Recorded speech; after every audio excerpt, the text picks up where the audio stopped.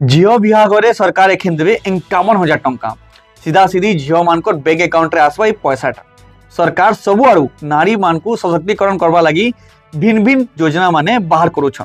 एखेन गुटे झीवर बिहा के निकरी बापा मार उपरे थिवार बोझ रे के टिके कम करवा लगी सरकार आ गुटे योजना बाहर करिछन। जेनु झील माने बिहा करूथिबे ताके सरकार 51,000 टंका सहायता राशि प्रदान करबे। पहला 35,000 टंका सीधा बिहा होथिबार झीवर अकाउंट के आसवा।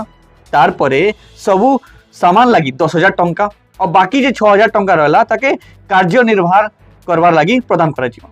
मुख्यतः गरीब श्रेणी रो परिवार माने जनता बिना कोनसी आर्थिक बोझ रे कन्यादान करि पारबे सेति लगी सरकार ई सहायता रो हाथ बढ़ाइछन। ई योजना रो लाभ विधवा माने भी जेन माने और कहा ठारे बिहा करूथिबे से माने भी ई योजना रो लाभ उठे पारबे। इथिरे किछि किछि नियम माने अछि जेंथिरे झियर बयस 18 रु 35 बरस हेइथिबार कथा।